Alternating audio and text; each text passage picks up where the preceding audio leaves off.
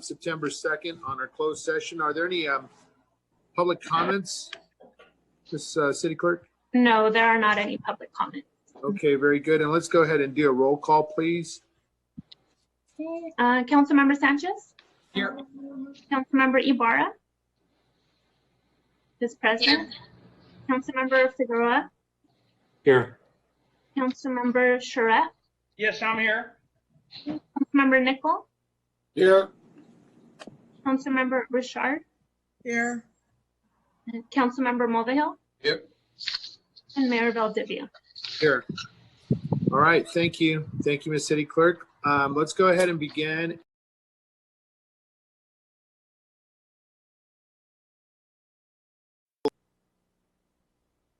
Good evening, everybody.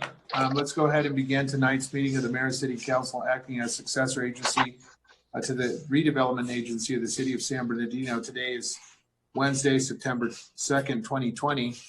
And I'll go ahead and call to order this open session. We welcome you to tonight's city council meeting. This time I will ask Ms. Ledoux, would you lead us in the Pledge of Allegiance? Thank you.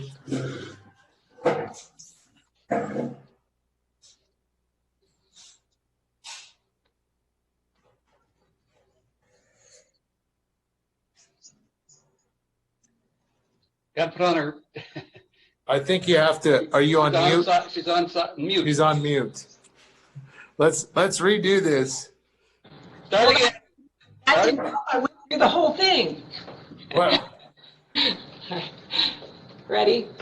I pledge allegiance let's do Pledge that. allegiance to the flag of the United United States States of of America, and to and to the the republic republic for which it stands, and one one nation, under God, indivisible, with liberty and justice for all. Okay, thank you. Thank you, Ms. Ledoux. Appreciate it. At this time, I'll recognize the city clerk if she would please call the roll. Councilmember Sanchez? Here. Councilmember Ibarra? Here. Councilmember Figueroa? Here. Councilmember Charette? Here. Councilmember Nickel? Here. Councilmember Richard? Here.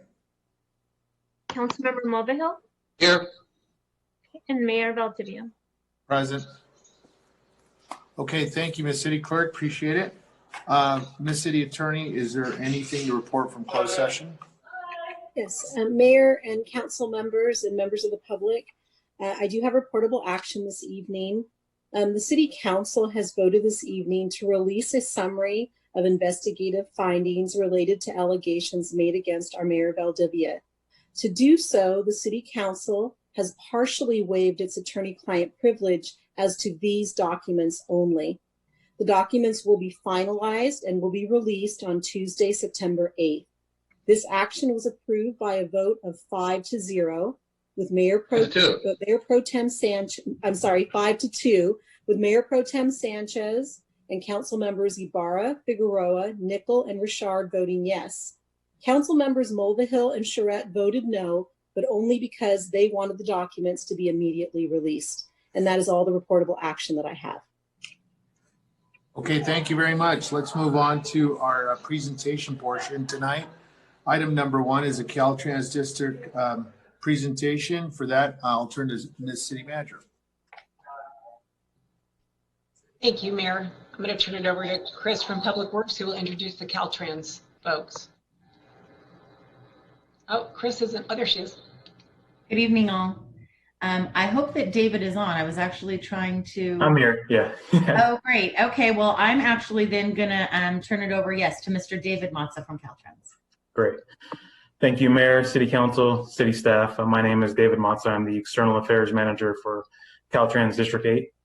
I'm here today to talk to you about a cool project we have coming down the pipeline on, well, potentially a cool project coming down the pipeline on Route 66. This is different than the project that my colleague spoke to you all about last month, but this is still about improving Route 66 overall. So if you can go to the next slide. So what this, so first give you some background on where the funding for this project is potentially coming from. So our headquarters in Sacramento identified $100 million of preservation funds to go to complete street projects. So sidewalks, improving just general pedestrian facilities.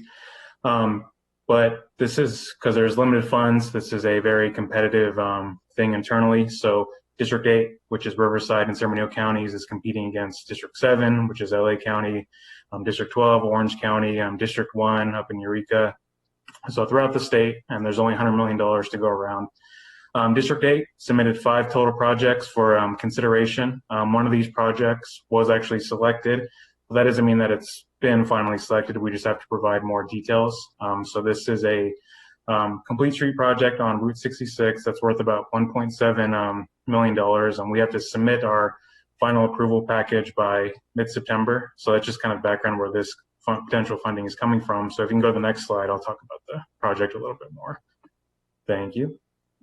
So as mentioned, this project is different than the ATP project that my colleague spoke to you all about last month, but it is a part of our greater Route 66 corridor improvement vision. The project limits are on the north side of Route 66 between Macy Street and Flores Street. This project will construct new sidewalks and connect gaps that exist in the area. This project will make it easier for folks at the VFW to walk between the various transit stops and the Ruben Campos Community Center. So really making it easier for pedestrians to get around that area and just improve the overall look. Future projects we're looking at that will be a part of this. We'll be filling in additional gaps between Pepper Street and Macy Street, and of course the ATP project that my colleagues spoke about last month. So, but again, we still have to submit our final package for it in mid-September. So what you see on the screen now is kind of a general map of the project. So it's about 3 miles, again, between Macy Street and Flores Street. So we will be submitting this packet for hopefully approval. We think we have a very good shot at it. And we don't have an estimated time frame of when it would start, but once we get approval, then we'll be able to do that, and we'll probably come back to you all to give you some more details. But part of that package is doing community outreach. So that's what this is, and we've done some other outreach as well. We've reached out to the VFW. We've canvassed the area a little bit to talk to folks to see if they would like these improvements, and everything's been pretty supportive. They'd like to see that Caltrans is looking at Route 66, and it's a very special area for us because, of course, our home base is in San Bernardino. So anything we can do to help improve the community, we're all on board. So this is definitely near and dear to our hearts, and we appreciate the partnership between the city and Caltrans District 8, and hopefully this all works out. So again, I know you guys are busy tonight, so I had a short presentation, but I can go ahead and answer some questions if you have any. David, I have some questions regarding the, are there any sidewalk, what are the actual improvements that are planned? So there are some portions of that area where the sidewalk kind of stops. And so we'll be filling that in. There's areas where some of the sidewalk is deteriorating. We'll be improving that as well. So kind of just rehabbing and putting sidewalk where there isn't any sidewalk. Now, is there any plan to improve the lighting, street lighting? I know that there are gaps in the street lighting. And what is the plan to also implement a strategic plan for street lights? So yeah, so that is something that we can, we are looking at separately. That would be separate from this particular project, but our maintenance folks, that's something that we could, we've already identified, and we're working with our planning to get something developed for that. So I think it would be, and so would this be also the improvements? I know that at one time the city and Caltrans were in negotiations, and that Caltrans at one time had suggested that we should take ownership of it. Is this part of that discussion, or is that just for a later date? So this is completely separate from that. This is our area, and we're working to improve it. We have no plans to relinquish. I know that's been discussed in the past, but those would be separate conversations. Right now, this is our inventory, and we're working to. Okay, very good. Thank you, David. We appreciate all your hard work. We'll open it up to council members. Councilmember Mulvihill. It's David, right? David? Yeah, Matza. Did I see that it was just on the north side of Route 66? Yes, correct. Yeah. So and it's just basically sidewalk connections. Is there something more besides that? No, that's essentially it. So just rehabbing the sidewalks and connecting the sidewalks. So. Yeah, I guess that's, we take anything that's going to improve the area, and that's mostly in the Wash area. Correct. Yeah. Water Creek Wash is there. Then there's been gravel operations. 4th Street Rock used to be there. I'm not quite sure if it's still there. Mm. And there's the pull off for the Santa Fe for the transfer yards as well. Correct. The terms, planners have used the term complete streets for decades, and it refers to something a lot more complete than just sidewalks. So, but again, we'll take anything that comes. Thank you. Yeah, definitely. Thank you. Councilmember Barra? Simple question for David. What made this section of Route 66 be part of the submissions? So a lot of what the selections are in their formulas. That could take a while to explain, but we did a really good job of. So right now our department is really focused on equity and addressing communities that have long been ignored, kind of level the playing field. And so we're really looking to make up the gap for those communities that have been lacking. So that is our focus right now. And we know the way we presented that, even though San Bernardino is a very great town, there are some definitely need some improvements that we need to look at. And so this was a good, strong selling point for headquarters. And that's why they selected to move to the next round and looking at the future improvements. So. Okay, so that area was the area that needed the most attention Correct. to that. That's why you applied. Correct. Okay, thank you. I have a comment. Okay, Councilmember Richard. Yes, thank you. Thank you to David. Thank you for all of your hard work on this project. I know it's not easy bringing funding to that area. So I just thank you for all the hard work. Thank you for supporting San Bernardino. You said that several times in your presentation. And I just want to say, we're looking forward to it. And I know there's a lot of veterans up there that are walking from the VFW to their homes. And I think this will provide some kind of a safe space for them or a safe walking space for them. That street is very busy. There's a lot of traffic there, and there's a lot of safety concerns there. So I just, again, I just want to continue to say just thank you. Thank you to Caltrans for all that they're doing for our city. Thank you. Of course. Glad to help. Okay, very good. Thank you. Any other council members? All right. Thank you, David. I had a quick question there. Oh, sure. Go ahead, Yeah. Councilman Nichols. And again, I thank you for presenting, David. I did have a couple quick questions, and appreciate you being here tonight. I think we've got, I think we can develop a really good partnership with Caltrans. We're doing a lot of work. We're looking to upgrade a lot of our streets and roads, and we do have some areas, especially in those more impacted areas of the city that haven't received as much attention in the past. But I know we have some intersections near the freeways as well, where the pavement is very, very poor.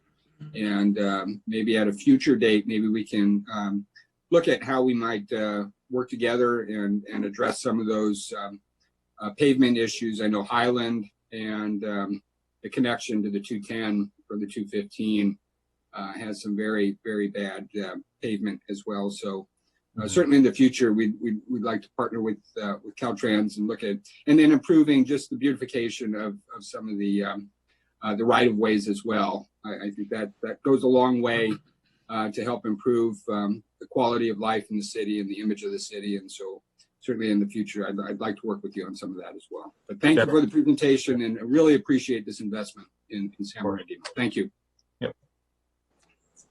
Okay, thank you, council members. Thank you, David. We appreciate your presentation tonight. Cool. Thank you. Let's move on to our next item. And before we get into public comments, I'd like to recognize two individuals in our community. The first one is Jack Riley. Jack Riley was born on April 15th of 1924 and passed away on August 17th of 2020 at the age of 96 years old. Jack graduated from Dowling High School in 1942. He then served his country and was honorably discharged as Staff Sergeant and awarded Air Medal and 4 battle stars, including the Battle of the Bulge. In 1954, Jack became Associate Planner for the City of San Bernardino and in 1961 was appointed the planning director for the city, serving in that capacity until retirement in 1978. He then served under 7 different mayors of the city. One of Jack's many projects was the master plan for Cal State San Bernardino. And from 1981 to 1993, he was elected city councilman for the 2nd Ward of the city of San Bernardino.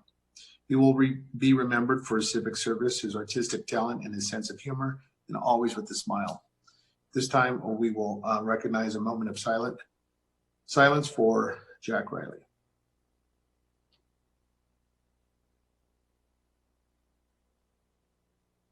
Thank you. Our second individual, we learned in our San Bernardino Sun newspaper report, Sergeant Tyler Shelton, a 22-year-old San Bernardino native and soldier, passed away on August 27, 2020, when an Army Black Hawk helicopter went down on San Clemente Island. Sergeant Shelton was a Black Hawk helicopter repairman assigned to the 160th Special Operations Aviation Regiment based at Fort Campbell, Kentucky. He enlisted in 2016 and was deployed to Afghanistan, where he received several awards, which included Army Good Conduct Medal, Afghanistan Campaign Medal, and the Global War on Terrorism Service Medal. Our hearts and sympathies go out to the prayers to the Shelton family. If you would please, a moment of silence.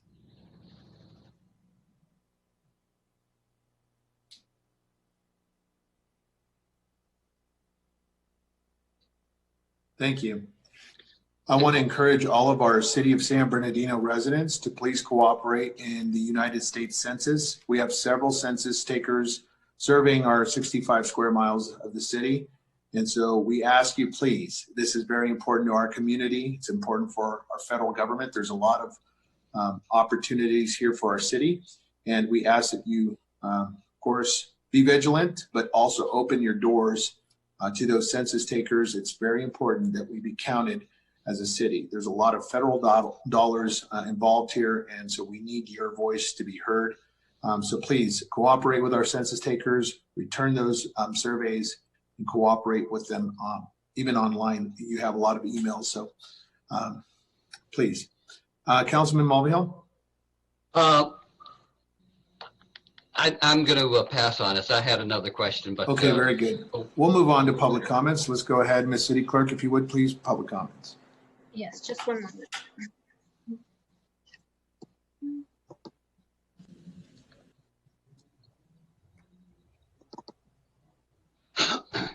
My name is Crystal Whitmore. I am with the Church of Jesus Christ of Latter-day Saints, and just want to say that, we love our community and we would love to offer our help and support where needed. I know that many of the council members are already familiar with members of our congregation, but we have many members throughout the San Bernardino Valley that have a wealth of knowledge, skills, and experience, and many people that are ready and willing to volunteer for whatever needs to happen. So thank you for the things that you are already doing for the good of the city, and let us know how we can help. Thank you.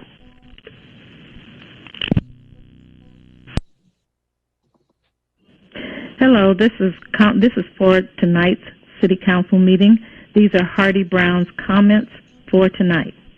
I am in agreement with agenda item 2 of offering the position of city manager to Robert Field of Riverside. I do not know him personally, but I did contact some of my friends in Riverside who do know him, and they say he would be good for San Bernardino and a friend to the black community. They did share with me some of the things that he's done as evidence of his experience. I'm not in agreement with the recommendation on agenda item 3 for you to adopt a local no-limit campaign finance contribution for elected officials within the city of San Bernardino and waiving further reading of ordinance MC 1542. I know why you're doing it. You're doing it because you have sold your last vestige of integrity to the police association that fuels your political campaigns. You raised your hands in the eyes of God and before the citizens of the city and swore you would serve the citizens, taxpayers of our city first. Yet, this action goes against it in every way. I know that you're looking at the $150,000 the police have in their packs to spend on you in return. You give them millions of taxpayer money to take out of our city. I have reviewed your campaign filing forms, and I know whom you get your money from. I have reviewed the police association filings, and I know which officers contribute to your campaigns. In my opinion, their investment to buy you is good for them and bad for the citizens you are supposed to serve. According to your latest city employee report of 7/28/20, only 8% of our 242 sworn officers are residents of the city. You should be ashamed of yourself. But I see a little bit of Donald Trump in each of you that is self-serving and a total disregard for your fellow citizens. I also urge the voters to vote no on Major S in November. Those are remarks from Hardy Brown, Publisher Emeritus, Black Voice News. Hello, this is Robert Porter, born and raised in San Bernardino, speaking on item 19 on the cannabis licensing, increasing the amount of licenses for retail to 17. I would suggest that the City Council pass this second reading. Please pass this second reading. We really need this new entrepreneurship here in San Bernardino, and we have to be prepared. So in case that Measure S does not pass, we have an opportunity to bring in more revenue in our city. And if it does pass, we'll maybe have some extra money once in a while here in our city. I'd also like to say thank you to Theodore Sanchez and Sandra Ibarra for being in the forefront of a sunshine ordinance here in San Bernardino. I really was disappointed that the mayor had to recuse himself at the last time they spoke about this issue. And also, I was really disappointed in Fred Charette for being so angry with Theodore bringing up the possibility of a sunshine ordinance. This pay-for-play stuff has to end.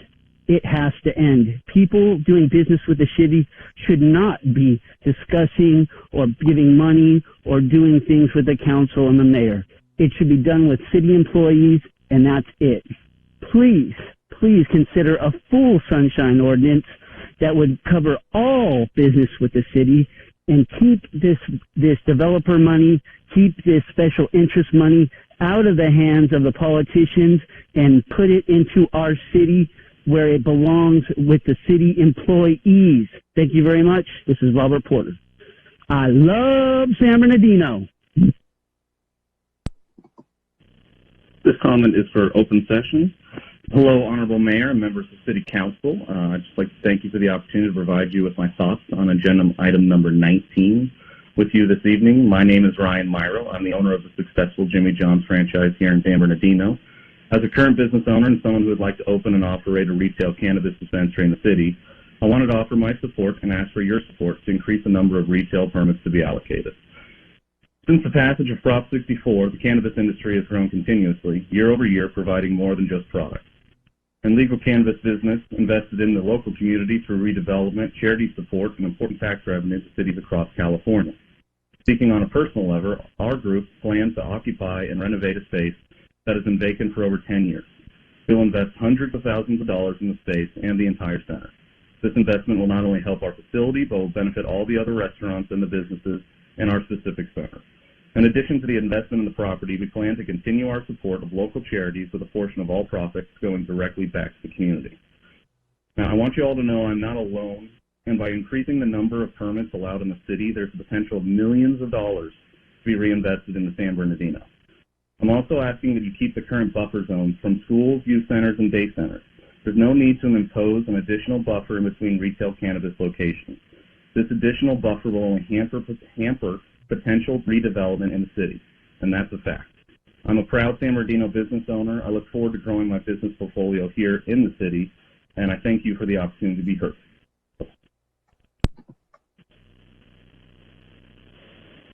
This is Shirley Harlan. I'm a resident of San Bernardino, and I'm calling in regard to tonight's meeting on 1 and 3. The hiring of the new city manager, Robert Field. I don't know, you haven't given us very much information about him, and I'm concerned in terms, after reading the newspaper article, why he left his other position with Riverside, since it was very vague, and there is some indication that there's some unpleasantness about his working relationships there. I feel as a resident here that the information, we need to know more about him. I noticed that he signed the contract, his name as Robert. Why is he being referred to as Rob at this time? The other thing is that the money that you expect to pay him is very, very high, considering his last employment. And with our city in its budget problems at this point, I think that he is being paid too much at this point. It should be a much lower amount, maybe a little bit over maybe what he's receiving from Riverside, which we don't know. But I'm concerned about that issue and wonder whether our council members have given it more thought. And I hope he has absolutely no personal relationships with anyone on the council and the mayor.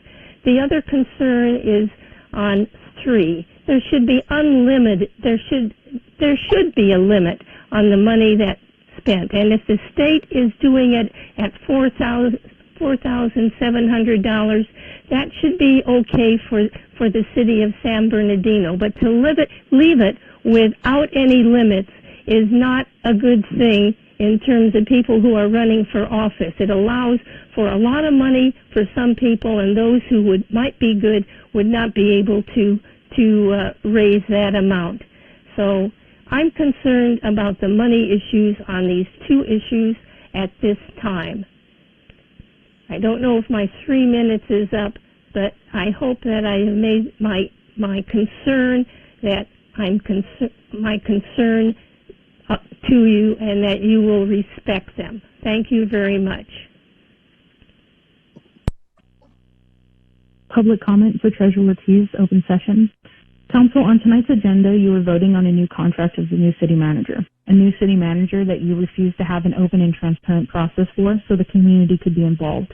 A new city manager that you are now raising the salary for to $285,000. When in the same moment, every bargaining unit in this city is having to choose between layoffs or a 4.63% salary cut, like they're on an episode of Survivor, should measure us fail. A little over 2 weeks ago, the community learned that the acting chief of police has a salary and benefit package worth almost $500,000 a year, and the top 28 out of 30 earners in our city come from the police department and earn over $10 million combined in salary and benefits every year. You all approved the new budget for July 1, and not one of you asked for cuts from city administration. Not one of you asked for fiscal accountability, and not one of you asked for a budget that was in line with the 10-year fiscal projections. You are all failing the city, and as much as I believe that it was just incompetence to blame, what I see from you in your continued actions is that none of you care. You all refuse to do what is right and necessary and continue to do what is easy and wrong, because that's what happens when you're not accountable for your action, and when you believe that not enough people in the community are paying attention. But you're wrong. We're all seeing what's happening, the continued mismanagement, reckless use of funds, and for that, we say no to Measure S, and we'll fight it all the way to the ballot box.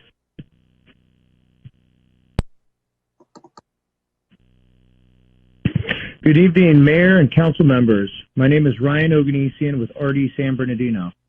I'm contacting you to encourage you to confirm the August 19th ordinance to increase the number of retail cannabis permits to 17.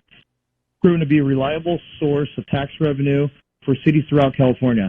As more come online in San Bernardino, this effort will help diversify the city's economy and tax base. Since the permits were awarded in February 2019, only one retail business has opened its doors. Limiting the number of retail to the current 11 will only exacerbate the problem. Our company, RD San Bernardino, applied in 2019. We were ranked 6 out of 5 for retail. We have been patient, not filing any litigation, and we're excited about working with the city of San Bernardino as a partner. We've been vetted out, and we stand ready to open. We have a building located in Ward 3 and greatly appreciate the opportunity to obtain a cannabis retail license from the city. I strongly encourage you to support this ordinance as passed at the August 19th council meeting.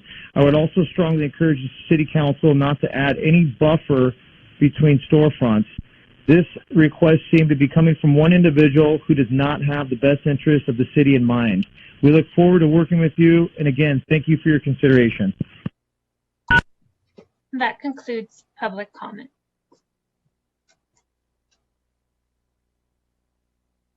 Mayor, you're on mute.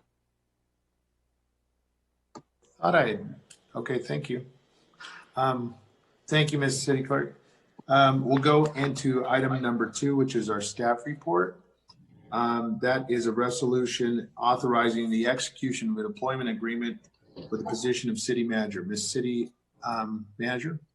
I'm going to turn it over to our Human Resources Director, Eddie Easlin. Thank you, Terry. Good evening, Mayor and members of the council.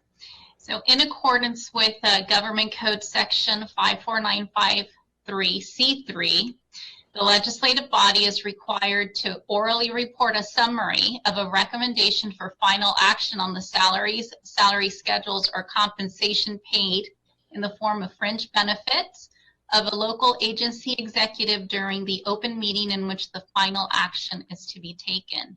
Item number 2 is a contract for the Office of City Manager. The base salary of the city manager is $285,000 per year, and they receive management confidential benefits. Additionally, the city manager receives a vehicle allowance pursuant to resolution number 2018-171. This concludes my report, and I'm available for questions. Thank you very much. Move for approval with the second by Valdivia, Charette, and Valdivia. All right, we'll open it up to comments. If not, I'll make a comment, Mayor. Go ahead, Fred. Mayor, my comment will be that I understand that the public is very interested in what we're doing here, and for various reasons, it's not really possible to make this a public forum for hiring this person, but I feel extremely confident in this person. I'm looking forward to his abilities, particularly in the area of redevelopment. I believe that redevelopment right now is probably certainly at least paralleled with public safety, but economic development dovetails with public safety because of basically the broken windows. And so I think and the reason we're calling him Rob is because his name is Robert, and he goes by Rob, and it's just like my name is Frederick, but I go by Fred, and that's why we're referring to him as Rob. I'm excited about the opportunity. He's interested in a long-term status with us, and I don't think I'm violating anything saying that he came out with the highest score during our deliberations on the city manager. And I'm also in moving to accept the agreement and hire him. I would move that we make it unanimous. Thank you. Councilman Nickel, you had your hand up, sir. Yeah, well, I will respectfully be voting no this evening. And having talked to constituents, got a lot of public input. I have confidence that Mr. Field will likely do well in this position. He will be among the highest paid city managers in the state. Be the highest pay of any city manager we've ever had in our city. And I think I'm going to reserve my evaluation of Mr. Field. We have a lot on our plate. We have a general plan that needs to be updated. That needs to move forward quickly. We have a mold that needs to be redeveloped. That needs to be advanced quickly. And many other projects, facilities that need to be updated. We need a city hall. We also need to ensure that if the voters choose, that we spend whatever tax revenue comes out of this measure wisely, and we put in place good guardrails. So I will respectfully be voting no this evening, but I will reserve my evaluation of Mr. Field based on his performance. And should he deliver on some of those key aspects of what needs to be accomplished, I will gladly support continuing his contract in the future. But for tonight, I will respectfully be voting no. Thank you, Councilman Nickel. Councilman Mulvihill. Yes, I'll be voting yes, and I'll try to take a little less time than Councilman Charette did. Agreeing with part of what Councilman Nickel had to say. You know, we have a lot of really potential wins. The potential for renewing not just the Central City Mall property, but the surrounding properties. We've got a hotel. We've got what used to be the American Sports School, and among other things, and also to the general plan. But also with regard to, we need to have some strong administration. There's a number of decisions that really should be made in a number of our service areas. And so his background, he spent the last 20 years with the Riverside County Economic Development Agency, the last 11 years as its assistant, as its director, basically, because he's the assistant CEO for the county, but also particularly with economic development, that drives everything else. One of our greatest fiscal problems is our revenues are flat.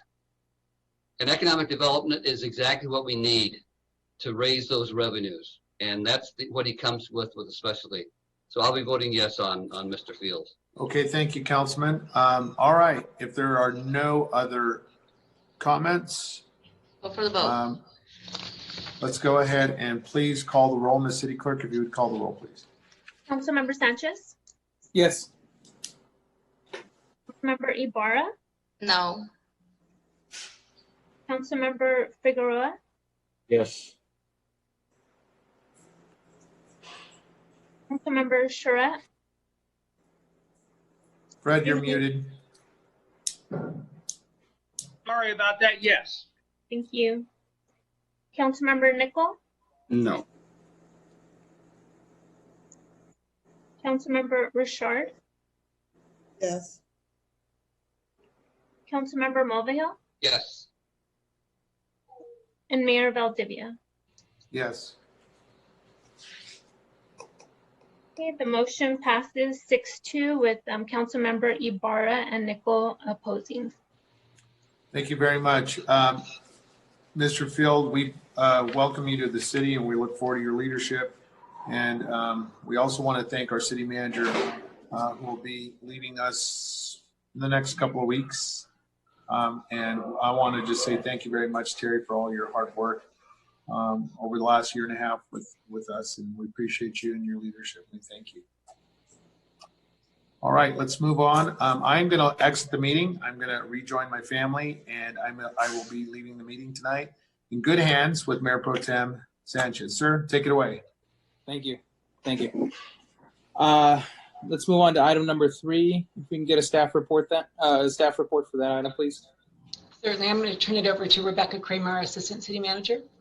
All right.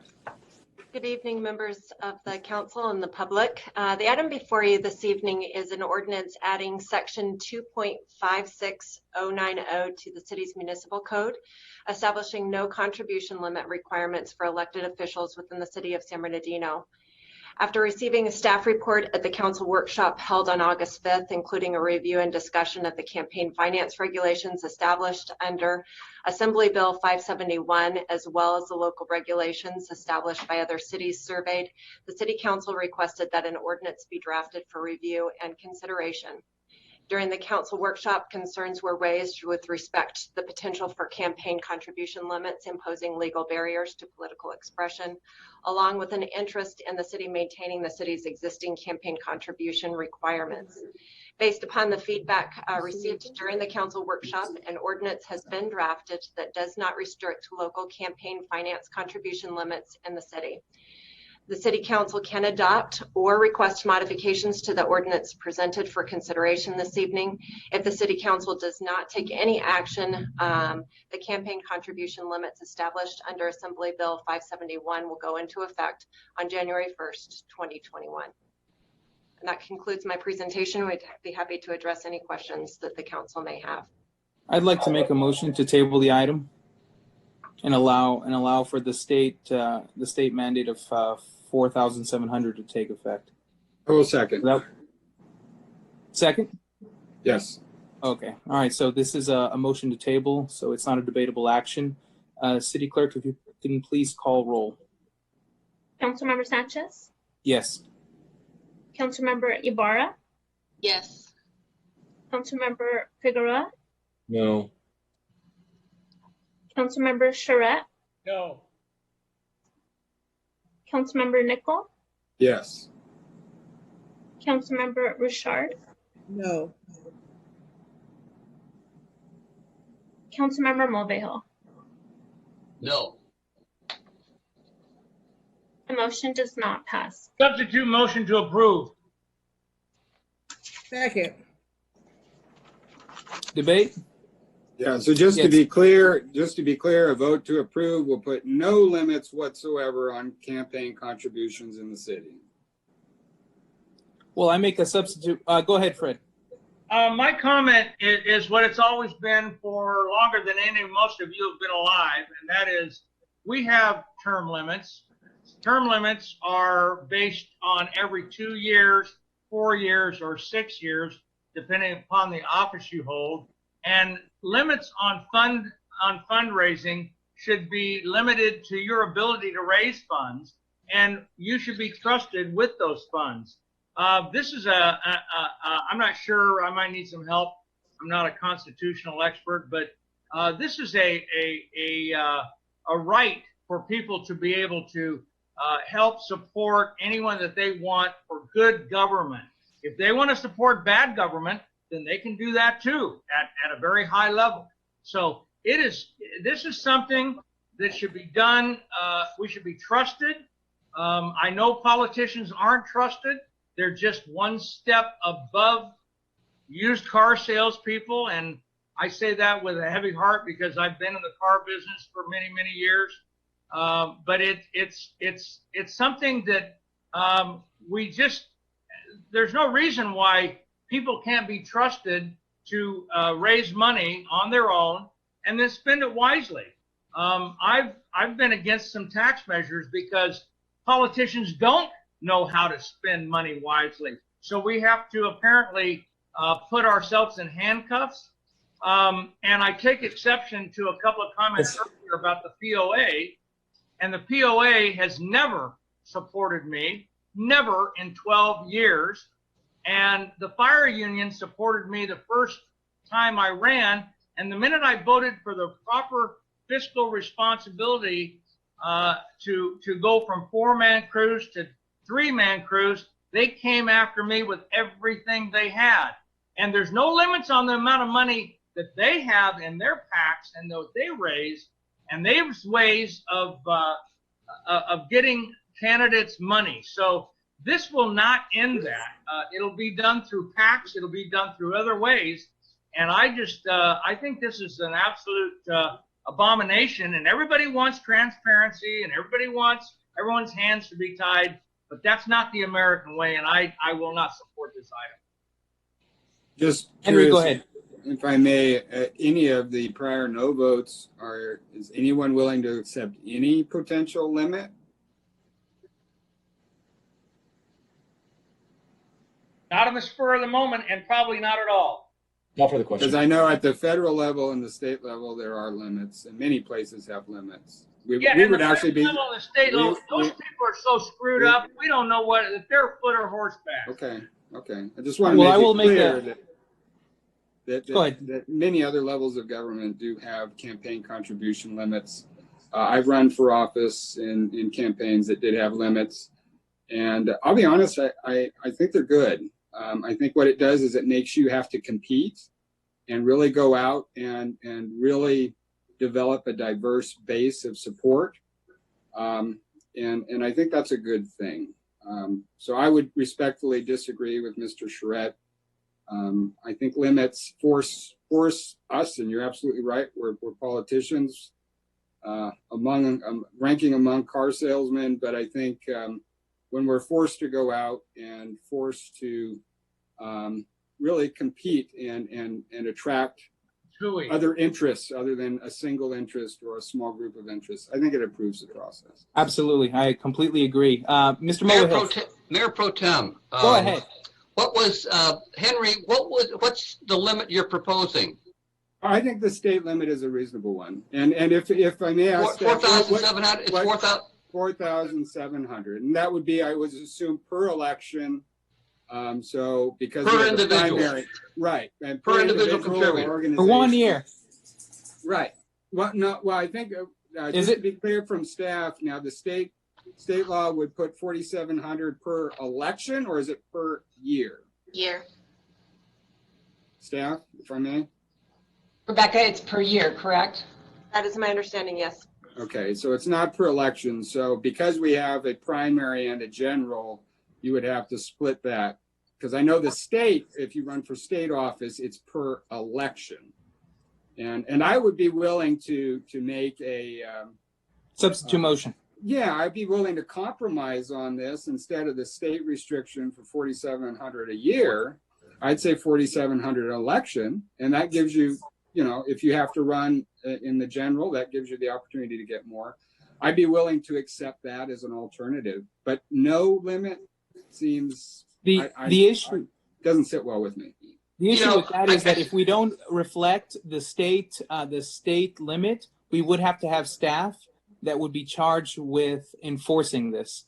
The only way that, correct? Am I correct? But we still have to report, right? We still have to report our 460s and report our campaign contributions. FPPC would not be the enforcing agent. No, it would be the outside. But I think the city is currently the enforcing agent when it comes to complying with campaign contribution reporting and so forth, right?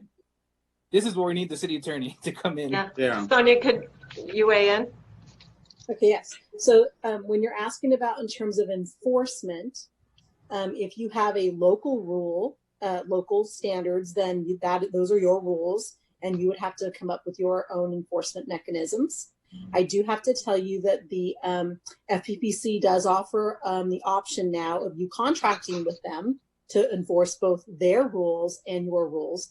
You will still have to comply with all of the FPPC campaign reporting rules as well. Just to be clear, though, if I don't submit my mandatory reports that are required, my 460s, perhaps, the city is responsible for enforcing that non-compliance, right? Well, the city can remind you, the city clerk will remind you to do that, but it would actually be the FPPC who would fine you or hold you liable. Okay, so if I don't submit my 460, there's a fine. But if I were to violate a contribution limit, then that fine would or enforcement would be imposed by the city. Correct. Yeah. Okay. I really do think that it's going to cause a little bit of an issue if we go outside of reflecting just the state's own limits. Now, if we accept the state limits, does the state enforce that, or do we enforce that? Yes, FPPC enforces. So FPPC will enforce the 4,700 per year. Yes. Yes, if you defer to their standards, then they become the enforcement agency. Okay. So Can I finish my question? Would be, okay. No, that answers my questions. I'm done. Sorry, Jim. All right, Mr. Mulvihill, go ahead. Yeah, I have to admit that I finance most of my campaigns myself. I've been just very frugal. If you see my house, you'll know it. So, I would be very much to, $4,700 is quite a bit of money, and that's for free speech. I think that's pretty substantial. People can speak pretty loud. I would make a substitute motion that we pass an ordinance. Either that, or I could change my vote on the last vote. So, are you reconsidering your vote? Yes. All right. So we would have to do. Reconsidering your vote on the last one. But again, talking about, I guess let's go with what Henry just proposed with regard to the 4,700. That's good. I'll go with that. So Make it easy. So are we not taking any action, or are we passing an ordinance that reflects the state's limit? Yes. Which are we doing? Are we not taking any action? Councilmember Mulvihill, if you're willing to make a motion to that effect, I will second that. I'll make that motion. I will second. On which one? The no So action that we or the adopt, ordinance? we formally adopt as an ordinance the state. Yeah. State. If I could just, it will automatically, January 1st, it will be automatic. Yeah, January there's no 1st. reason to adopt an ordinance if you're just going to follow the state's regulations. There's no. So we should Correct. just move to table or even Would you, just would vote you to be take willing no to move action. to table, Mr. Mulvihill, and then allow the state regulations to come into effect by default? Well, it'd be nice to be able to state our preferences, but I guess tabling is If I may, I could offer a suggestion. You could just make a motion to say that you're supportive of the state regulations that don't require you to take any action. That way it'll be reflective of what your position is, that you support. and the state. I will say that I accept the state's limits and not take any action. I will second that. Sandra's been quiet this whole time. Let's let her speak for a second. Go ahead, Sandra. Ms. City Attorney? Yes. But we would still need a resolution, correct, to say that we are following the state, the FPPC? No, because the state legislation, the way it's going to operate is that if you don't take any action, then even in a charter city like yours, then the state rules will take effect. Okay. And they will be the enforcement agency as well. All right, I can't see all the council members, so speak up right now if you have any. All right, through the chair. Yes, go ahead, Fred. Okay, if I thought that I had made a motion and had a second on it, which would require at least a vote. Oh, you're right. You're right. Was there a second on your vote I believe there was. or on your motion? Yes, it was. I sure did. Seconded. I'm gonna trust everybody to be honest. I don't remember Okay. who it was, but I believe there was a vote. Well, I have a confidence in my position, so there is no harm in having this go to a vote. So we'll go ahead and take Fred's motion, and if it fails, then we will take the subsequent motion.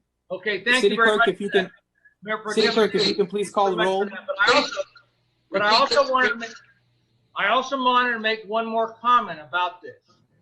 You all are All right. talking about what's going on at the state level, the county level, at the Congress, at the federal level, and I want you to all take a really hard look at what the state of politics is right now, and if we should be following those fools or not, because we're on a fool's errand trying to emulate state or federal guidelines, because those people, just take a look at what they've done to our state and to our county and to our city. And to our country.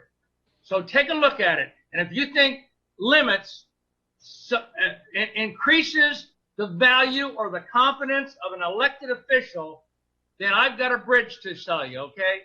You people need to look at this, and you need to look at this effectively and look at the competency that's coming out under the rules of higher governments. And I've always believed that all of the power should be at our level. I ask my constituents if they want a pothole filled, call their supervisor, call their assemblyman, call their congressman, call their senator, and they laugh at me because I'm the one that's going to get the pothole filled or the tree trimmed. We have more impact on these people at this level than any other higher office. And until we recognize that, then I think it's a crime. And I think this is I'm not sure which amendment in the Constitution it is, but this has worked. It's worked in this county, in this city for a long, long time. And for us to be trying to emulate the state and the federal government, we're on a fool's errand. All right, Sandra, I think Sandra had a comment, and if we can please take this vote. Go ahead, Sandra. I just want to talk to my colleagues. Me being a first-time person who ran for office, I didn't require big money to win an election. This is all about the people. We are here to serve the people of the city, do what's right. And yeah, right now we don't have limits, and look where our city is. I think this is a step forward, that we put limits on ourselves so that we don't let the big dollars affect our voting. And it's very visible for anybody who's following our contributions and our votes. Jim, it sounded like you. Oh, sorry, Sandra. Repeat the motion. Repeat the motion. Repeat Fred's motion. Call the question. Let's vote. I'm voting on what's on the for motion. So a limitless contribution. No limits. All right, City Clerk, if you can please call roll on Mayor Fred Pro Shred's Tem. motion. Before- No, before I take the vote, I'd like to read the title of the ordinance into the record. So it's ordinance number 1542, ordinance of the mayor and city council of the city of San Bernardino, California, adding section 2.56.090, establishing campaign contribution limit requirements for elected officials within the city of San Bernardino. And so the motion was made by Councilmember Charette, second by Councilmember Richard. And I will start with you, Mayor Pro Tem Sanchez. No. Councilmember Ibarra, No. Councilmember Figueroa, Yes. Councilmember Charette, Yes. Councilmember Nickel, No. Councilmember Richard, Yes. Councilmember Malvejo. No. Motion to approve fails. All right, so the floor motion now is limit just support the no resolution, no exactly. ordinance, just to support the state's Exactly. limit. Allow the state limits to come into effect as of January 1st, 2021. Yes. So let's go ahead and was there who made the motion? Me. Councilmember Malvejo, second. No, Who's second? All right, let's go ahead and take a vote on this. Okay, Mayor Pro Tem Sanchez, Yes. Councilmember Ibarra, Yes. Councilmember Figueroa, No. Councilmember Charette, No. Councilmember Nickel, Yes. Councilmember Richard, No. Councilmember Malvejo. Yes. The motion passes 4-3. All right, thank you very much. That concludes that item. We'll go on and move into. What was that? Did I hear something? All right, we'll move to item number 4. And I know I have a script here somewhere. Give me a moment. Item number 4. I am opening this public hearing at 7:58 p.m. Could I please get a staff report on this item? Good evening. Oh, sorry, Mayor Pro Tem. I was just going to introduce Alex. Alex is going to handle this. Alex, the Miracle Man. Good evening, Mayor Pro Tem and council members. The item before you tonight is the vacation of portion of 4th Street between Cabrera Avenue and Mount Vernon Avenue. And the recommendation ahead of you today is to conduct a public hearing per Streets and Highway Code Section A322, A325, and adopt resolution number 2020-216 of the mayor and the city council of the city of San Bernardino, California, approving the vacation of portion of 4th Street and the reservation of utilities hearing. And the applicants for this, next one, Mitch, please. The applicant for this vacation is SPCTA on behalf of BNSF and the city of San Bernardino. This vacation is part of the project that we have, that is SPCTA is the project management, which is the Mount Vernon Bridge project. The reason for the request is to remove unused streets and alleys from the city maintenance system. And this portion of the 4th Street is, as I mentioned, part of the Mount Vernon Bridge replacement project. BNSF basically own most of the properties on both sides of this vacation. I believe that there is just 2 properties that left there in escrow right now. And then when the escrow is ended, most of these properties will be owned by BNSF. The next slide show you the vacation itself and what is entailed. It's between Mount Vernon and between Cabrera Avenue.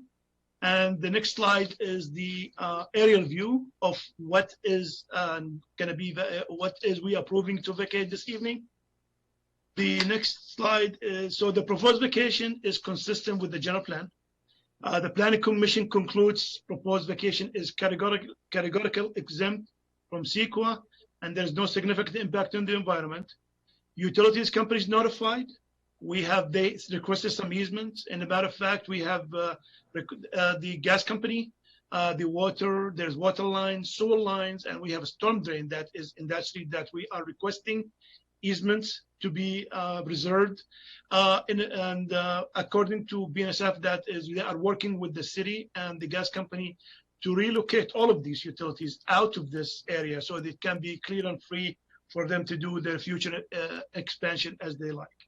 The notice of this hearing was posted, published, and mailed to all surrounding property owners, which is basically BNSF and a couple of properties that is not yet been out of escrow. With that, that concludes staff reports. I'll be more than happy to answer any questions you might have. All right. Thank you, Mr. Miracle Man Alex Kista. Thank you, sir. Do we have any public comment for this item? Does anyone have anything they would like to speak? Yes? Move for No approval. public comment? Okay. No. All right. Well, I'm closing this hearing this public hearing at 8:01 p.m. Wednesday, September 2nd, for deliberation and action. I hear a motion from Councilmember Richard. Do I have a second? I'll All right, second. City Clerk, if you can please call roll. Councilmember Sanchez, Yes. Councilmember Ibarra, Yes. Councilmember Figueroa, Yes. Councilmember Charette, Yes. Councilmember Nickel, Yes. Councilmember Richard,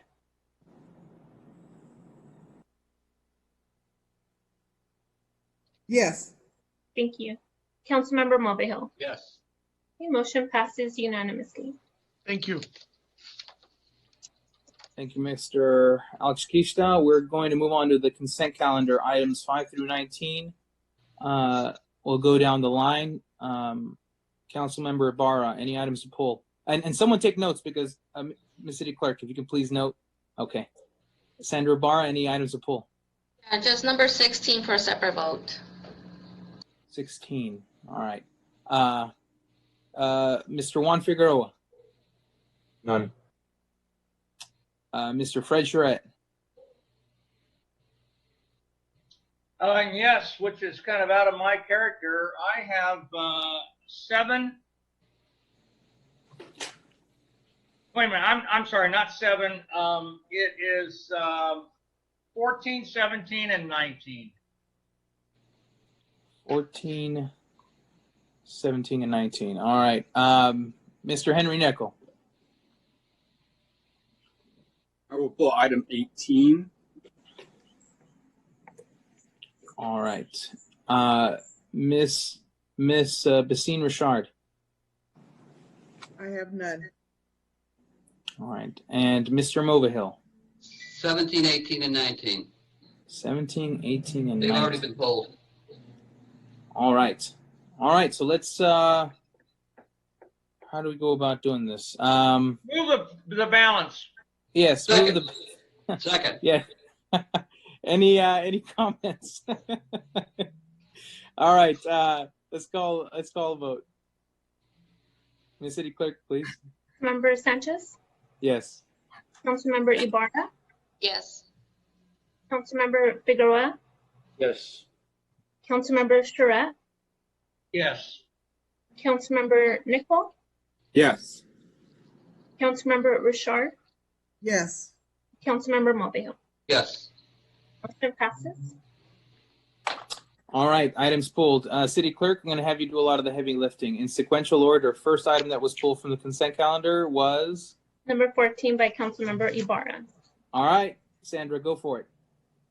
She had 16. Sorry. 14 by Councilmember Charette. Oh, okay. All right, Mr. Charette. Make your case. On mute, preferably. Unmuted or not. I thought I did unmute. I'm sorry. This is really just a question. I did read the staff report, and it appears that we tried to get local vendors to apply or to submit proposals, and they did not. I'm a little concerned about that, but if that is indeed the case,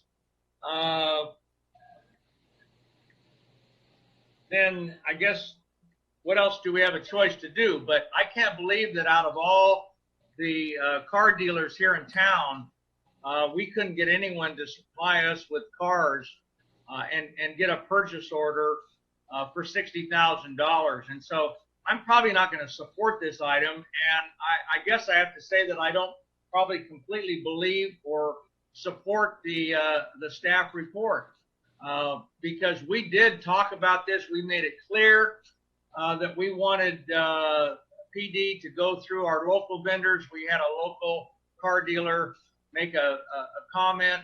And again, I'm just kind of shocked that we can't, I don't know how many cars are involved. I don't think that was mentioned in the report, but I can't believe that CarMax is selling used cars that are better than, say, Moss Brothers or the Toyota dealer or somebody else down the road. A Ford dealer or a Chevrolet dealer here in town. I cannot believe that, what's the name of the company? CarMax has different Chevrolets that are used with 20,000 miles on them than the same car at a local Chevrolet dealer. So I'll be voting no on this because I don't fully. Would you like the chief to tell you the process they went through? I read the report, and the process says we reached out to everybody. And I know that in the COVID situation and in business in general, everybody's struggling to make a sale. And for us to have all of our dealers in town, none of them reply or none of them. Why? Was the thing written so that they were kept out of the process or what? So, no, I don't need to waste any more time on that. I've made my comments. I'm not fully satisfied that this was done in an appropriate way, and I'm going to be voting no. Well, I would like to leave it up to the discretion of the chief, whether he would like to respond to that or not. Would you like to respond, Chief? Yes, council members and Mayor Pro Tem. So we did put out the RFP. We did personally, not I, but one of our administrators personally contact several dealerships in the city to solicit bids to ensure that they have the opportunity to submit bids. The issue is that the bid is very narrow and that the vehicles are required to be less than a certain amount of miles. We're looking at a price point that works for the city. We're trying to get the best bang for the buck for the city. It also requires that the dealership provide a 1 year, I believe it's a 1 year warranty. There were some dealerships in the city that were able to submit or attempted to submit a request out, although it fell outside the guidelines that were set forth in the RFP. Maybe they could provide a vehicle, but it exceeded the amount of miles. It didn't, it met the price point, but maybe it was 10,000 miles more on the odometer than a vehicle that we could get through CarMax. They also maybe didn't offer an extended warranty. All these things are beneficial to the city. I think it's important for us in the police department and all city employees to exercise our fiduciary responsibility to ensure the city is getting the best deal that it can for the city and its citizens.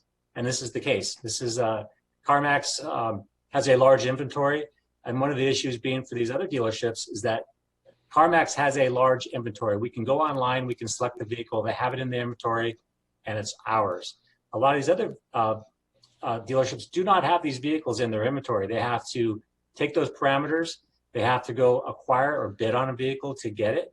And then, oftentimes if it's a vehicle that we wanted, by the time they go through the process of bidding and selecting it, maybe it's already gone and they weren't able to acquire it. So that's why it's a lot of problems for them to actually, it's not like buying new cars where, yeah, you can buy the exact same new car everywhere.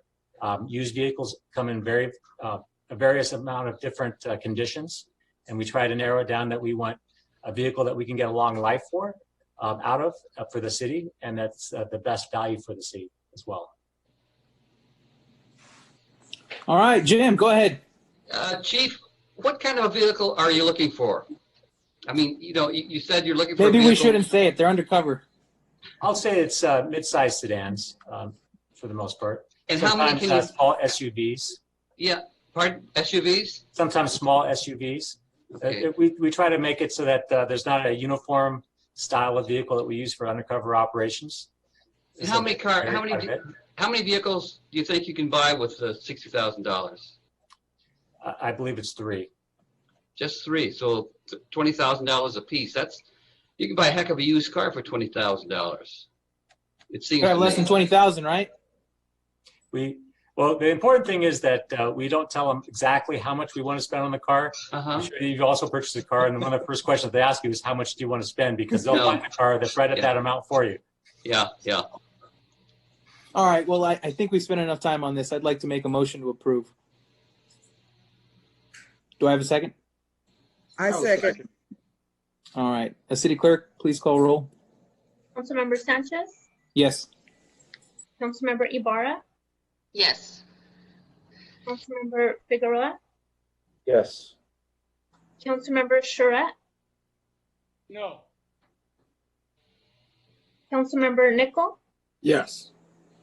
Councilmember Richard, Yes. Councilmember Mulvihill. Yes. Motion passes 6-1. All right. Next item, City Clerk. Yes. Number 16 pulled by Councilmember Ibarra. All right. Sandra, speak your piece. Thank you.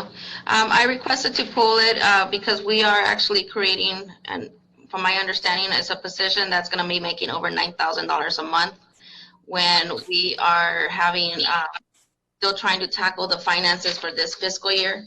I think we should wait and hold off on it until we see what happens during this next quarter. I don't want to see any employees getting any cuts to their salaries or being laid off, because we're creating positions here. I completely understand your position. If you could just let us clarify, this is an administrative cleanup to make it an unclassified position. Eddie can speak to that. It's already budgeted. It's the position that you approved to be over the Code Enforcement Division. So Eddie can speak to what the cleanup is on it, the job description. Yeah, Eddie, if you can please elucidate. Yes. Thank you, Mayor Pro Tem. So essentially, the position is currently in existence, and it's a classified service position.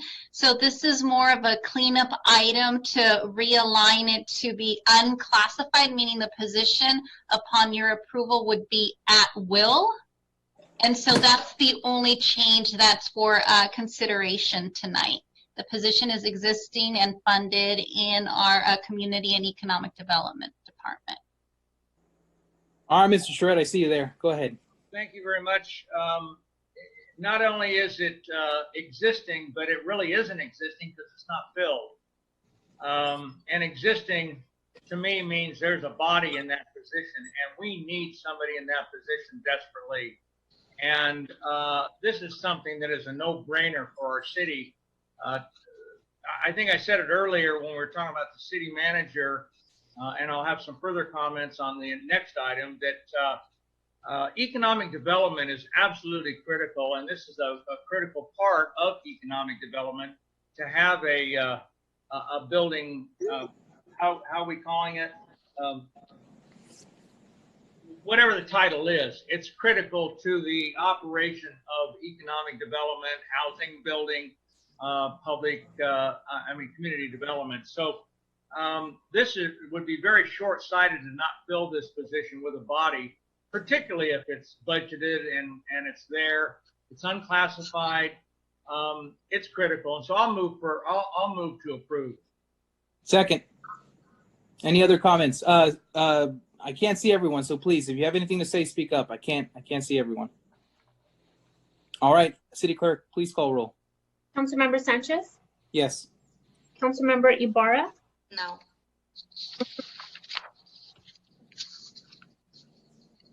No. Councilmember Figueroa, I did not hear your vote. Yes. Thank you. Councilmember Charette, Yes. Councilmember Nickel, Yes.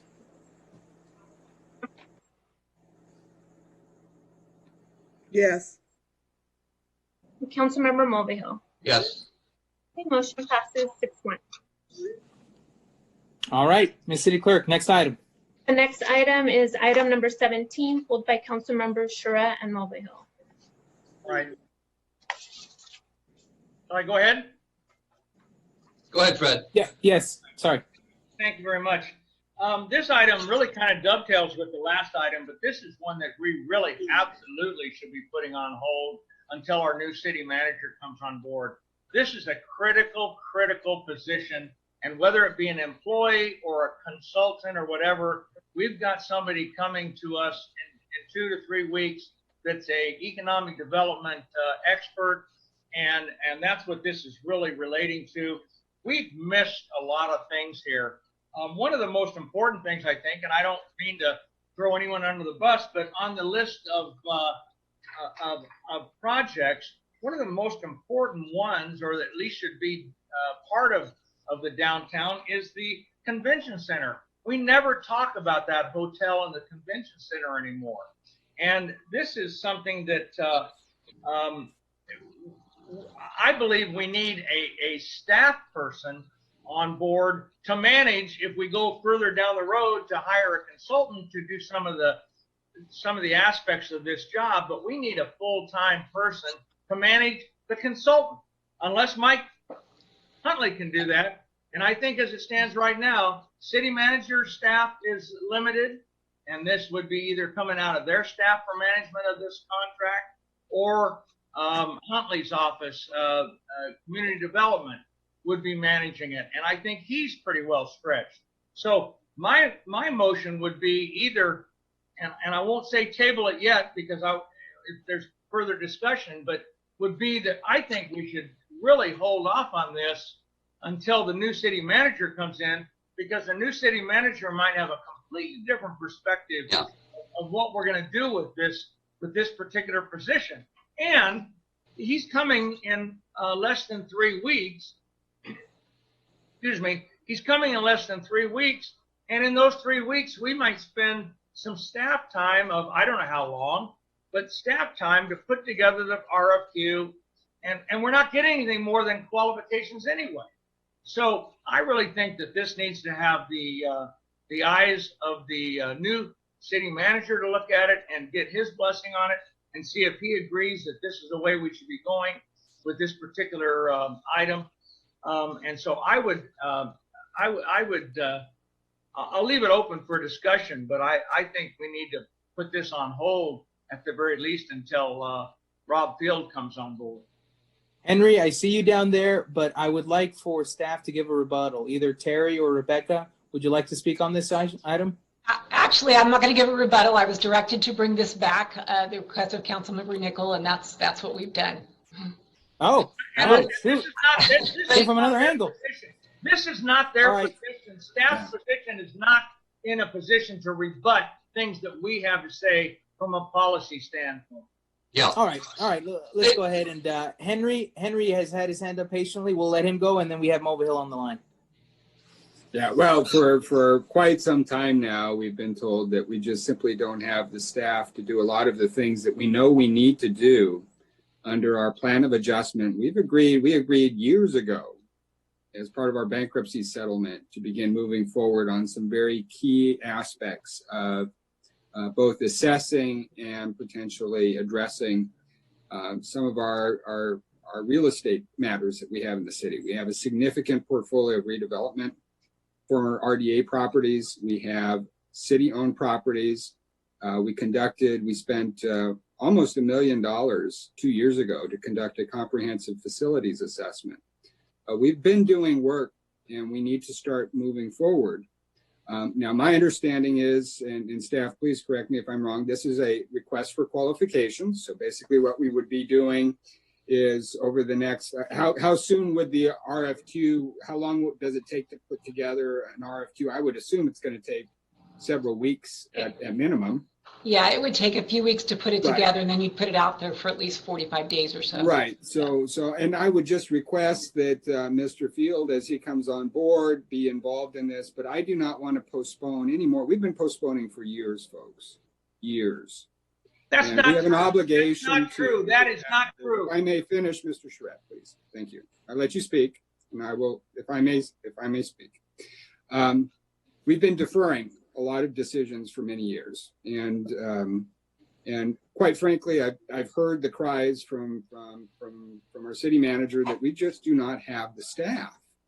And what this is intended to do is provide augmentation, staff augmentation for our staff, and provide some expertise to really help us deal with some very complex decisions that we ultimately going to have to make as a council.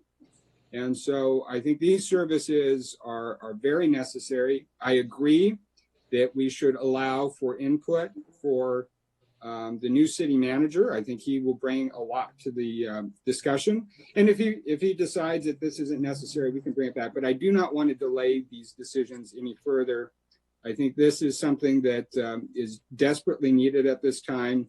And quite honestly, we're hemorrhaging right now, colleagues. We are hemorrhaging big time because we are not moving forward on some very significant decisions we need to make about some very significant real estate assets we have. And quite frankly, we need some good qualified people. And this is the opportunity for us to go out, assess what talent is out there. If we aren't happy with the talent that comes back and the qualifications, we don't have to go forward with any of them. But I think it is prudent for us at this time to put this out on the street and to begin the process of moving forward. Those are my comments. And I will be supporting the motion. I will make a motion to approve item 17. Second. Motion to table. All right. Was that a substitute motion? Yes. All right. So there's a motion to table the item. We'll go ahead and take that vote right now. Ms. City Clerk, can you please call roll? Was it seconded? Was that seconded? Yeah, who seconded the tabling the item? I thought you I did. did not. I didn't hear a second to the motion. I seconded. Oh, okay, yes. Ms. Richard seconded the motion to table the item. Ms. City Clerk, if you can please call roll. No. Not to approve. Oh, to approve. Yeah. So is there no second on I am sorry. Did anybody second Mr. Charette's motion to table? I did not hear a second. All right, well, then we'll go ahead and take Henry's motion. Was there a second for Henry's motion? There was Councilmember Richard. Yes, okay. All right, let's go ahead and take a roll call vote on that, please. I had my hand up before. Oh, yes, Yeah, he yes, did, we were waiting for you. Exactly. Mr. Rowland, I'm sorry. Go ahead. You know, the thing is, Henry says, we've delayed things years and years and years. We're talking less than 3 weeks before the new city manager comes on board. I think that we can wait for, 18 days till he comes, whether he will approve to send us out to try to get some sort of a consultant in on this. But as I look at this, I see the Carousel Mall, which is an economic development project. I see IVDA located here, assess a number of facilities and so forth. I've said for a long time, we need an economic development person. An economic development person can also handle the property management. That goes hand in hand. And so I'm going to be voting against the proposal, the resolution, simply because, we need an economic development person. And that person can also do the property with regard to that, because that's all part of economic development. All right, I see the city manager has her hand up. I just real quickly wanted to assure all of you that I'm already working and started the communication with the new city manager. Tomorrow I'll be talking to him. I've invited him to our next department head meeting. So I will be including him any decisions that are going to impact him going forward. I just wanted to assure all of you of that. Yeah, but Terry, that's fine. You can include him, but he has no authority yet. And we have the authority right now. And I'm just suggesting that we wait and let him have the opportunity to have some authority in the decision making. And as Jim just stated, it's only 2.5 or 3 weeks. And I just don't agree that we've been kicking the can down the road for years and years and years. We've only been out of bankruptcy for a while, and this is a very, very critical thing. And we're going to waste staff time to put together. We're going to waste staff time. Yeah, Henry, I get 3 years, but we haven't gotten much done in 3 years, have we? Have we? All right, Mr. Schreight, you've made your case. Shall we go ahead and take a vote on this? Ms. City Clerk, please. Okay. Councilmember Sanchez, Yes. Councilmember Ibarra, Yes. Councilmember Figueroa, Yes. Councilmember Charette, No. Councilmember Nickel, Yes. Councilmember Richard, Yes. Councilmember Mulvihill. No. Okay, motion passes 5-2. All right, next item. Is item number 18, pulled by council members Mulvihill and Nickel. All right. If I can get a staff report on this item before we open it up to discussion, please. Certainly. This is another item that Councilmember Nickel had requested that staff bring back. This is for energy options related to energy performance assessments for the city. There was one company in particular that had reached out to the city saying they had basically secured about $15 million for this utility assessment for the city. So how this works, so the actual motion that I am recommending as staff is that we table this until we look for, get through our assessment of our facilities so we know which facilities we're going to keep before we would do something like this. But I did provide other options knowing that Councilmember Nickel was interested in this project, and some of the other alternatives would be to issue an RFP for these services or assign this letter of interest letter of agreement that the current vendor has asked for.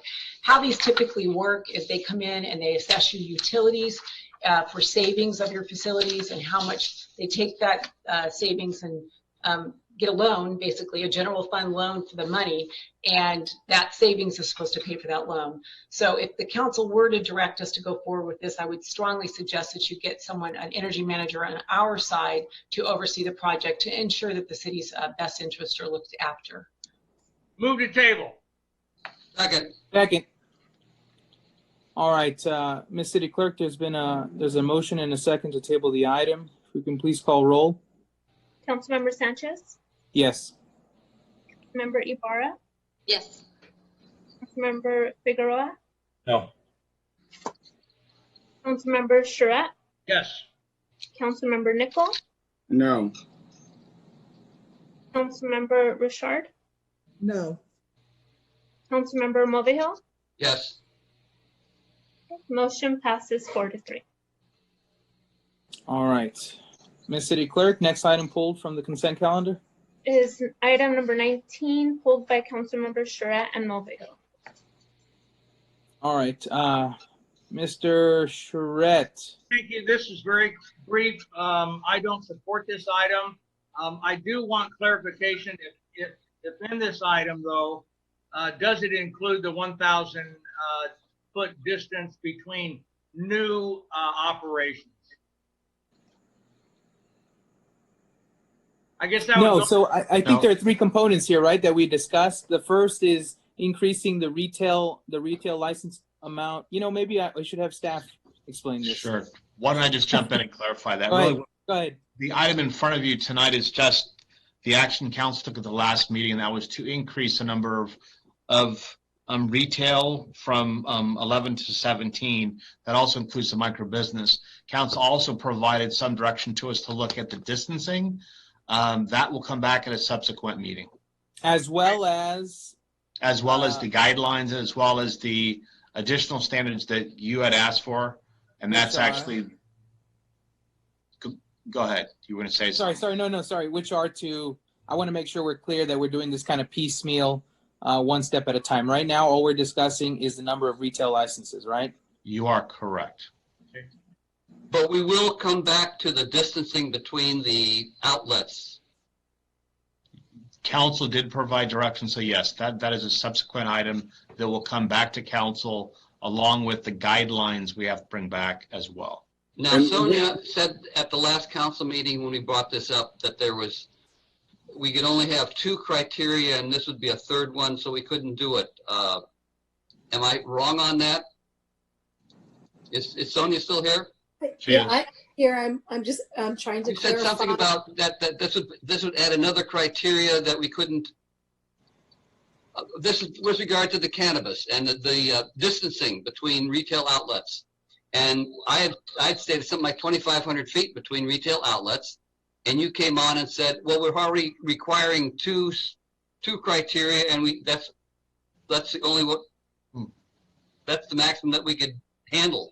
I'm not quite sure what I don't get the reasoning.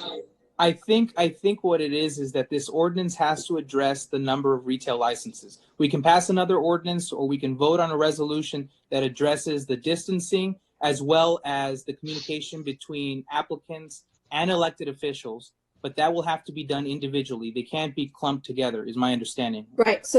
Yes, I just want to reiterate what Mr. Huntley has said. This is all coming in pieces. So this piece increases the numbers.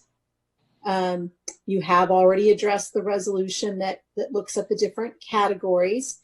What we have to still bring to the city council are 3 new pieces. One are the process integrity standards, which will come to you in the form of an ordinance and a resolution. The second part of it will be the guidelines, which will govern the new applications, as well as some of the policy decisions that you formally voted on. And here's the third one to answer Councilmember Mulvihill's question. There will be a land use component to address the various questions that have been raised, i.e. conditional use permit for the grandfathered uses and any other distance type requirements, if that's what the council desires. So those are 3 things that are yet to come to you in the future. All right, so does that answer your question, Mr. Mulvihill? Yeah, but I have some more comments to make about this. The 2016 vote on legalizing cannabis in the city of San Bernardino came down to 52-48.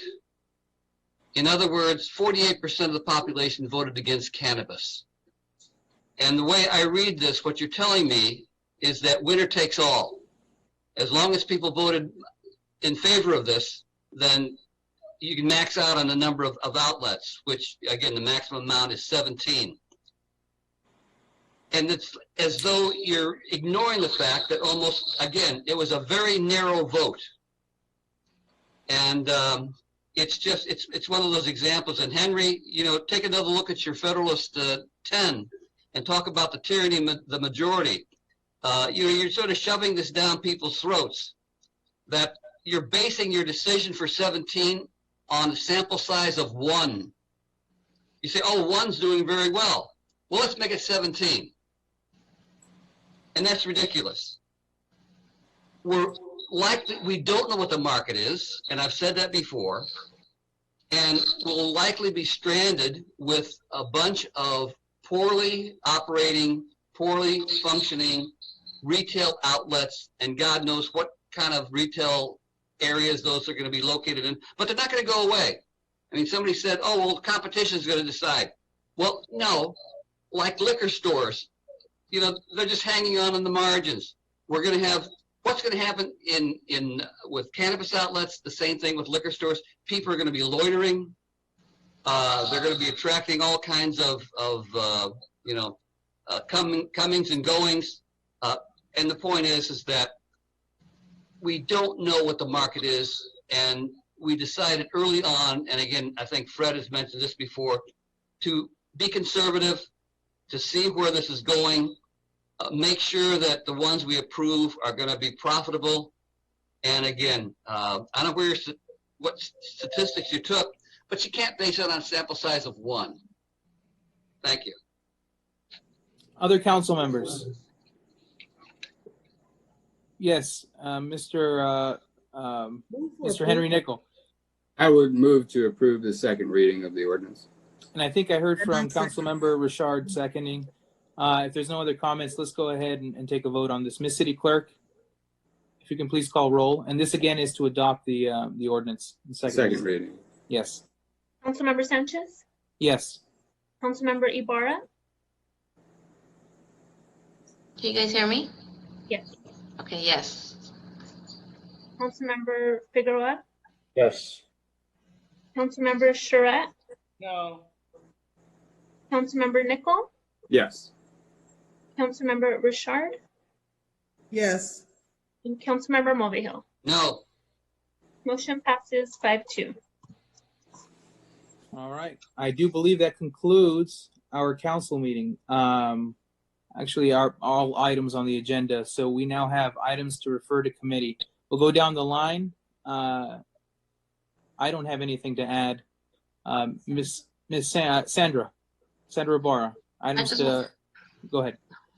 No items for the agenda. I just wanted to Okay. take a moment of silence for one of my constituents who passed away. We'll do that at the very end. Mr. Juan Figueroa, No. Mr. Fred Charette, Nothing. Mr. Henry Nickel, Nothing this evening. Miss Basine Richard, Nothing. Mr. Jim Mulvihill. None tonight. All right, Sandra, the floor is yours. Yes, so we have a 30-plus year resident that recently passed away, Mr. Carlos Perez. He has attended the council meetings in the past and very involved with how our city is being run. So I want to take a moment of silence for him. He just recently passed away, and in memory of him, thank you. A couple minutes of silence.